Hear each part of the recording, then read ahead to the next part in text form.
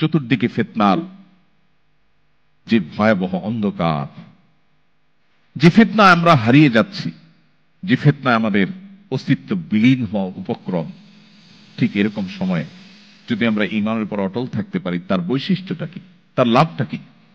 সুবহানাল্লাহ। তিরমিজি বর্ণিত আরেকটি হাদিসে নবী করিম সাল্লাল্লাহু আলাইহি ওয়াসাল্লাম বলেছেন, এমন একটা সময় আসবে যখন ঈমানের উপরে অটল থাকাটা জ্বলন্ত জ্বলন্ত কয়লা, আগুনের কয়লা হাতে রাখার চাইতে কঠিন হবে বা হাতে রাখার মতো হবে। নবীজি বলেছেন, সেই সময় সবর করাটা, ঈমানের উপরে টিকে থাকাটা, সমাজের সবাই একটা স্রোতে দৌড়ায়, তার বিপরীতে দৌড়ানো সহজ বিষয় নয়। কিন্তু এই কাজটা যারা করতে পারবে, নবীজি বলেছেন তাদের কাজটা কষ্টসাধ্য এতটাই যে জ্বলন্ত আগুনের কয়লা হাতে রাখার চাইতেও বা রাখার মতো কষ্টের, কিন্তু এর বিনিময়টা আবার সেরকম ঈর্ষণীয়। তিনি বলেছেন 50 জন মানুষ আমল করে যে পরিমাণ সওয়াব পাবে, ওই সময় এই রকম প্রতিকূল পরিবেশে যিনি নিজের ঈমানকে, নিজের আইডেন্টিটিকে, নিজের আমলকে, নিজের মুসলমানিত্বকে যে ব্যক্তি বুলন্দ করে রাখবে, উঁচু করে রাখবে, ধরে রাখতে পারবে, আল্লাহ তাআলা তাকে 50 জন মানুষের আমলের সমপরিমাণ সওয়াব তাকে দান করবেন। তিনি নামাজ পড়বেন 1 রাকাত, সওয়াব পাবেন 50 রাকাতের। তিনি রোজা রাখবেন একটা, সওয়াব পাবেন 50টার। তিনি হজ করবেন একটা, সওয়াব পাবেন 50টার। সাহাবীরা অবাক হয়ে গেলেন নবীজির এই কথা শুনে।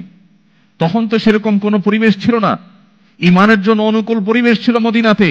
নবী করিম সাল্লাল্লাহু আলাইহি ওয়াসাল্লাম এই কথা শুনে তারা জিজ্ঞাসা করলেন, হে আল্লাহর রাসূল, আপনি যে বলছেন তখনকার মানুষেরা প্রতিকূল পরিবেশে ঈমানের উপরে টিকে থাকতে পারলে একজনে 50 জনের সওয়াব পাবে, সেই 50 জন কি আমাদের 50 জন নাকি তাদের সময়ের 50 জন?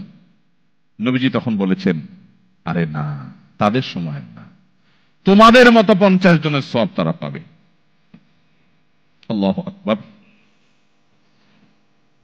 সাহাবায়ে কেরামের যে মর্যাদা, সেটা নতুন করে বলার অপেক্ষা রাখে না। কিন্তু প্রতিকূল পরিবেশে নিজের ঈমানকে, মুসলিম আইডেন্টিটিকে যদি কেউ উঁচু করে সেটাকে নিরাপদ রাখতে পারে, তার আঁচলকে বাঁচাবার জন্য সে যদি সংগ্রাম করে টিকে থাকতে পারে, জ্বলন্ত কয়লা হাতে রাখার মতো এই কঠিন কাজটি যদি সে করতে পারে, নবীজি সাল্লাল্লাহু আলাইহি সাল্লামের হাদিসের এই ভবিষ্যৎবাণীর আলোকে এই সুসংবাদ সে পাবে। আল্লাহ তাআলা আমাদের সবাইকে শক্তিশালী ঈমানের অধিকারী হওয়ার মধ্য দিয়ে এই প্রতিকূল পরিবেশে আমাদের ঈমানকে, আমাদের আইডেন্টিটিকে, আমাদের ইসলামকে আল্লাহ তাআলা সেফ এবং নিরাপদ রাখার তৌফিক দান করুন। সম্মানিত ভাইরা, এই জন্য আমাদেরকে ঈমান নবায়ন করতে হবে। এই যে আমরা আজকে এখানে এসেছি, এটা আমাদের পার্ট অফ ঈমান নবায়ন। এটা আমাদের ঈমান রিনিউ করার একটা পার্ট। আমরা ঈমান নিয়ে আলোচনা করছি।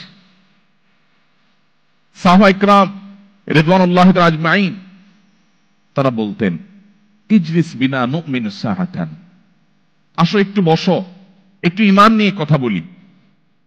আজ আমরা কত গল্প, কত আড্ডা দিই, কত মজলিস আমাদের হয়, কিন্তু আমরা ঈমান নিয়ে কথা বলি না।